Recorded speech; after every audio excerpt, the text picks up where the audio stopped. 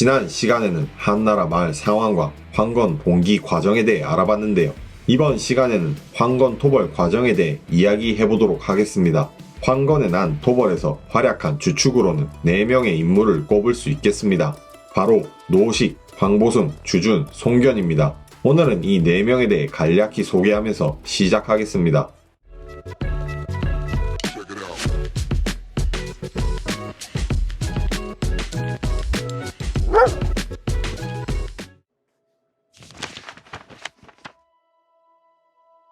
노식은 탁군 출신으로 자는 자간입니다. 신장은 8척 2촌으로 오늘날로 치면 약 192cm 정도 된다고 합니다. 성품은 강직하고 구람이 없었습니다. 재물을 좋아하지 않으며 말술이기도 하였습니다. 일예로 어릴 적 노식의 스승인 마융이 기녀를 불러 그 앞에서 가무를 하도록 하였으나 노식은 눈길 한번 주지 않고 학문에 매진하였습니다.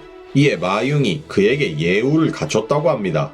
노식은 관직에 올라 문무다방면에서 활약하였으며 당고의 금으로 인해 피해를 입은 사대부들에 대한 사면을 요청하는 등 직언하는 것을 두려워하지 않았습니다. 노식은 관직에서 물러나 고향에서 후학을 양성한 적이 있는데 이때 유비와 공손찬이 노식 휘하에 있었습니다. 황건의 난 이전에는 상서의 직위에서 업무를 관장했습니다.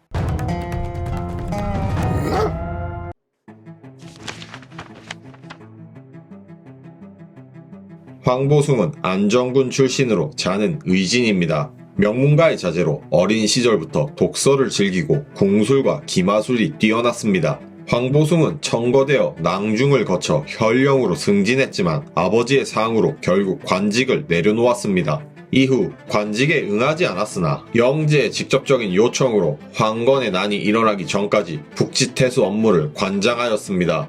황건의 난 당시 그는 자신의 병사들을 아꼈던 것으로 유명합니다. 병사들이 식사를 할 때나 휴식을 취할 때 항상 병사들을 먼저 챙겼으며 자신은 병사들을 다 챙긴 후에야 비로소 휴식을 취하거나 밥을 먹었습니다. 또한 부하 가운데 뇌물을 받은 자가 있으면 그들을 문책하는 대신 자신의 금품을 이들에게 내려주었습니다. 이에 병사들의 사기와 충성심은 항상 높았습니다.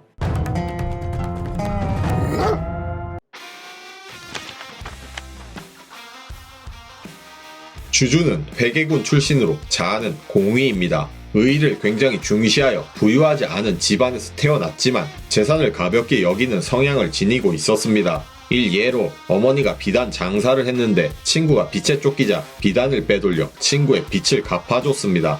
대신 어머니는 생업을 잃어 주준을 원망했지만 주준은 오히려 지금의 손해가 큰 이득이 될 것이라고 말했습니다. 이 이야기가 퍼지면서 그는 공직에 종사하는 기회를 얻었습니다. 그 후 회계태수 윤단이 그를 주부에 임명하면서 윤단과 연을 맺었습니다. 윤단이 양주 광군으로서 회계군에서 일어난 도적 허소를 토벌하는 데 참전했지만 전과를 올리지 못해 사형에 처해지게 되자 주준은 수백금을 모아 새끼를 달려 낙양으로 가서 법을 관장하는 관리들에게 뇌물을 바쳐 사형을 면하게 해주었습니다. 윤단은 자신이 왜 사형을 면했는지는 주준이 끝끝내 말을 하지 않아 이유를 몰랐습니다. 또한 주준은 교지에서 일어난 도적을 토벌하여 그 공으로 조정에 소환되어 황건의 난 이전에는 간이 대부라는 직책에 앉았습니다.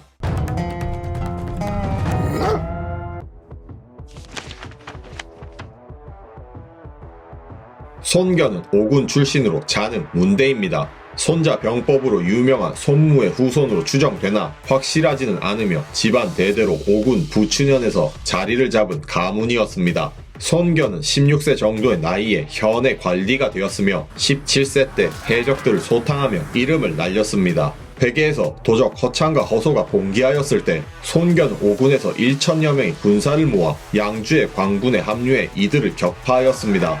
회계태수 윤단도 해당 토벌에 참여했으므로 당시 회계군 주부였던 주준은 손견의 활약을 알고 있었으며 더 나아가 어느 정도 친분이 있었을 거라고 추측됩니다.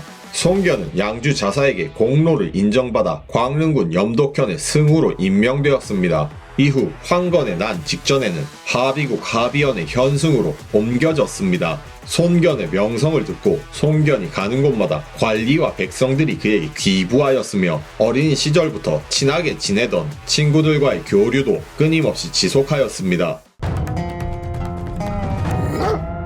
이렇게 각자의 위치에서 살아가던 이들이 184년 황건 토벌을 위해 집결합니다. 황건의 난이 발발하자 영제는 하진을 필두로 하여 군신회의를 소집하였습니다. 황보숭도 이 회의에 참가하였는데 그는 당금 해제 및 돈과 말을 군사들에게 지원해달라고 주장하였습니다. 개인적인 사견으로는 당금 해제 요청에는 지방 호족들이 황건적과 힘을 합치는 것을 막으려는 의도와 지방 호족들의 군사력을 활용하려는 의도가 있었다고 보여집니다. 결국 영제는 황보숭의 건의에 따라 청유파들을 사면하게 되죠. 그 후 본격적으로 황건적 토벌을 감행했습니다. 대장군 하진은 낙양을 수비하였으며 좌중랑장 황보숭과 우중랑장 주주는 4만 병력을 통솔하게 되었습니다. 이들은 각기 군을 이끌고 영천군으로 향하였고 북중랑장 노식은 장각 본진인 거록군으로 향하였습니다. 주주는 영천군으로 향하며 과거 허창과 허소 토벌에 큰 공을 세웠던 손견을 좌군 사마로 삼을 것을 청하였습니다. 당시 합의에 있었던 손견은 주중과 합류를 결심하자 현에 있는 자들이 모두 그를 따르려 했습니다. 또한 여러 상인 및 회수와 사수 지역에서 정병을 모집하여 1000여 명을 얻어 주준에게 합류하였습니다. 주준과 손견은 황보숭과 군사를 나누어 각기 진군하였고 영천군에서 파제와 전투를 벌였습니다. 하지만 파제에게 패배하여 밀리는 상황이 되었습니다. 황보숭은 이 패배 소식을 듣고 진군하지 않고 영천군 장사를 지켰습니다. 파제는 장사로 진격하여 황보숭을 포위하였습니다. 황보숭은 파제보다 병력이 적었기에 수비에 집중하였습니다. 파제는 풀숲에 진영을 세우고 황보숭과 대치를 하였습니다. 황보숭은 이를 보고 화공을 계획하여 큰 바람이 불 때를 기다렸습니다. 때는 금방 찾아왔습니다.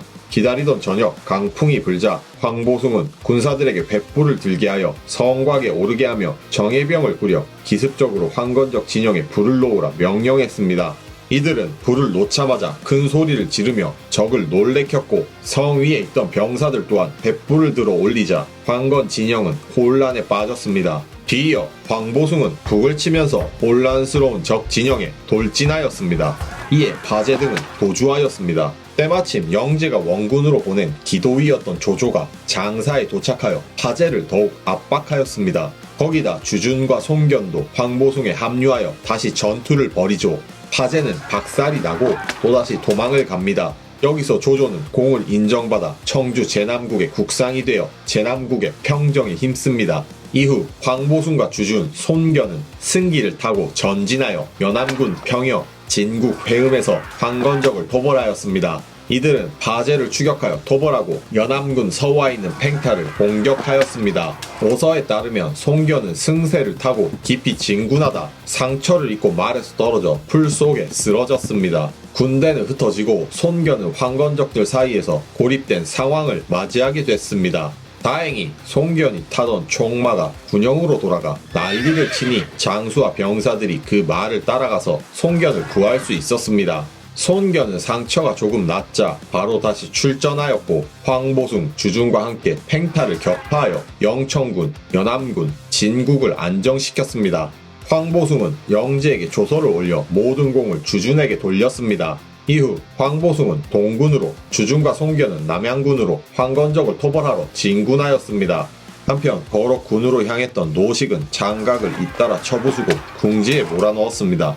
이에 장각이 거록군 광종으로 달아나자 노식이 추격하여 장각군을 포위하였습니다. 노식은 참호를 파고 운제를 만들어 공격 준비를 착실히 해나갔습니다. 그런데 여기서 문제가 발생합니다. 영제는 적의 형세를 관찰하기 위해 소왕문 좌풍을 광종에 파견하였는데 노식이 자신에게 뇌물을 바치지 않자 좌풍은 영제에게 노식이 일부러 공격을 하지 않고 장각에게 대비할 시간을 주고 있다는 듯이 보고를 하였습니다. 이에 영제는 노식을 불러들여 벌을 주었으며 당시 하동태수였던 동탁을 동중랑장에 임명하여 대신 파견하였습니다. 하지만 동탁은 광종에 도착하자마자 장각을 공격하였으나 패배하였습니다. 그 무렵 황보숭은 동군으로 진격하여 범에서 황건을 대파하였습니다. 이에 영제는 동탁을 불러들이고 황보숭에게 장각 토벌을 명하였습니다. 남양군으로 진격한 주준과 손견은 완성을 점거하고 있던 10여만 명의 황건적 조홍 일당을 1만 8천의 병사로 2달 남짓 포위하였습니다. 조정에서는 주준이 무능력하다며 그를 불러들이자고 하자 사공 장원이 강력히 반대하여 영재는 주준을 다시 믿기로 하였습니다. 주준은 이 믿음에 보답하듯 조홍을 대파하고 그의 목을 베었습니다. 하지만 군사가 적은 탓에 완성은 함락되지 아니하였고 조홍의 뒤를 이어 한충이 그 자리를 차지합니다.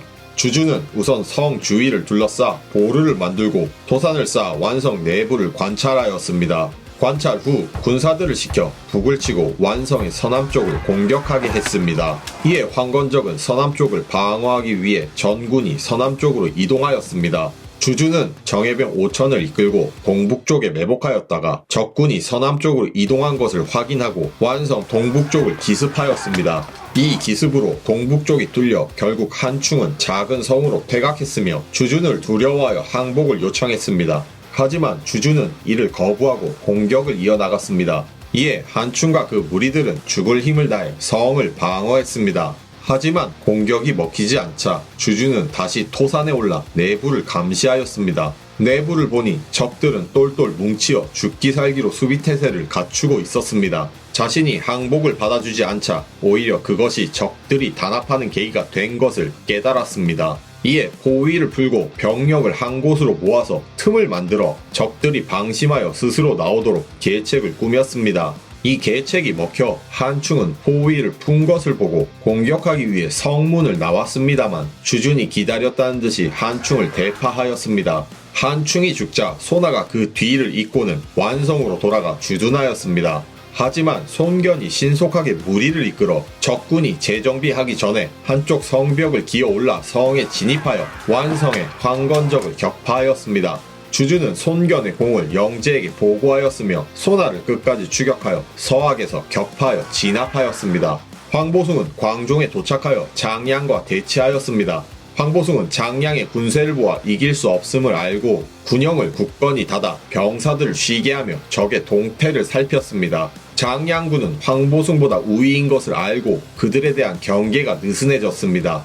황보숭은 이를 놓치지 않고 야밤을 타서 정예병을 보내어 새벽닭이 울자 그대로 장량군의 진지를 기습 공격하였습니다. 기습 공격에 장량군은 놀라 제대로 싸워보지도 못하고 장량은 죽고 맙니다. 광종을 점거했을 때 장각은 이미 병으로 죽고 없었습니다. 이에 장각의 시신을 부관참시하여 그 머리를 낙양으로 보냈습니다. 그 후 황보숭은 거록군 하공량에 있는 장보군도 격파하여 황건적을 토벌하게 됩니다. 이후 황보숭은 이 모든 공이 노식 덕분이라며 자신의 재물을 뇌물로 주며 노식의 공이 인정되는데 큰 힘을 써서 노식은 다시 상소로 복직하였습니다.